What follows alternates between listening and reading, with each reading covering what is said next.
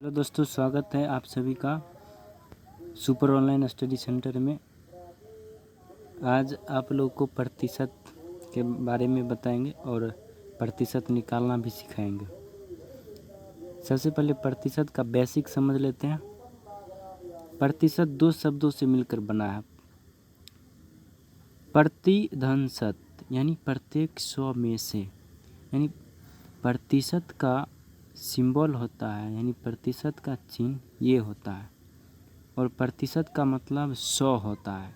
जैसे कि अगर आपको दिया रहे 3%, इसका मतलब क्या, प्रतिशत को हटाएंगे इस चिन्ह को तो क्या हो जाएगा 3/100।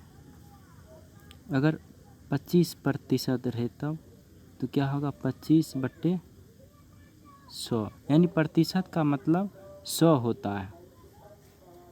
पहला क्वेश्चन है कि 250 का 20% कितना होगा, यानी 250 का मतलब गुना 20%, प्रतिशत का मतलब 100, यानी 20/100 हो जाएगा।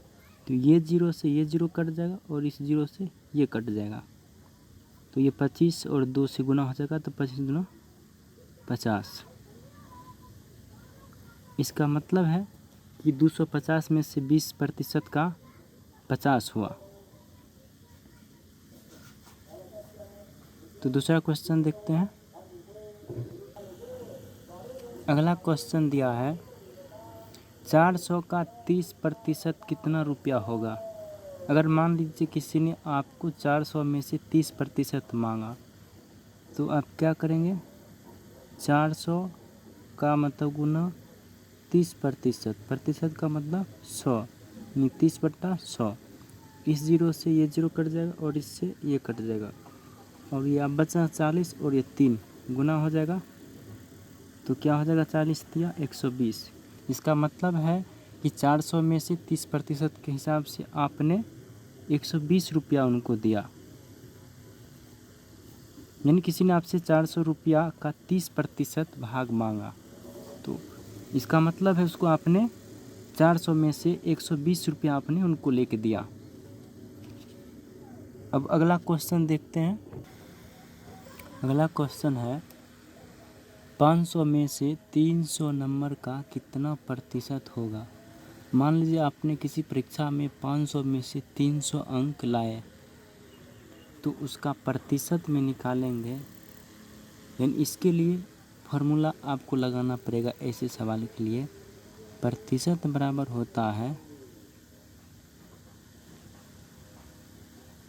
नंबर बट्टे पूर्णांक, यानी 500 नंबर का परीक्षा हुआ, यानी पूर्णांक मतलब था पूर्व अंक, और उसमें आपने लाए 300, यानी प्रतिशत बराबर फार्मूला होता है नंबर बट्टे पूर्णांक और गुने 100 लिख देंगे। इस पर सवाल बन जाएगा, यानी कितना नंबर लाए आपने 300, और नीचे में पूर्णांक कितना है 500 गुने 100, और इस जीरो से ये जीरो कट जाएगा और इससे ये कट जाएगा। अब बचा 5 एकम 5, 5 छक 30 और एक जीरो बैठा और एक जीरो लिख देंगे, बराबर 600। इसका मतलब है 500 में से 300 नंबर का 60%। इसका मतलब है 500 में आप 60% मार्क्स लाए। तो आशा करता हूँ कि मेरे द्वारा बताए गए ट्रिकी सवाल आपको समझ में आया होगा। तो फिर मिलेंगे हम लोग अगले वीडियो में, तब तक के लिए धन्यवाद।